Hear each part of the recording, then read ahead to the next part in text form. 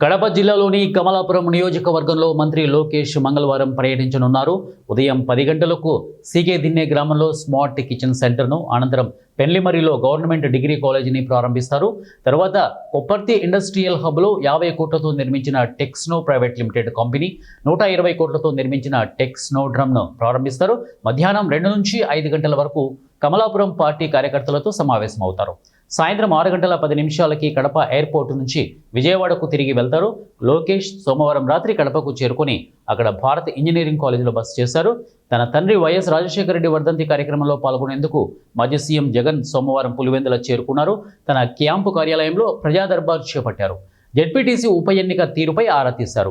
ఎన్నికల్లో పోరాడకుండా టీడీపీకి సరెండర్ అయ్యారంటూ నేతలపై ఆగ్రహం వ్యక్తం చేసినట్లు తెలిసింది.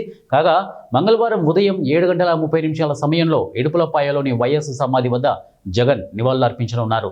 ఇక కాంగ్రెస్ పార్టీ రాష్ట్ర అధ్యక్షురాలు శర్మిల సోమవారం సాయంత్రం ఇడుపులపాయకు చేరుకున్నారు. మంగళవారం వైఎస్ సమాధి వద్ద నివాళులు అర్పించనున్నారు.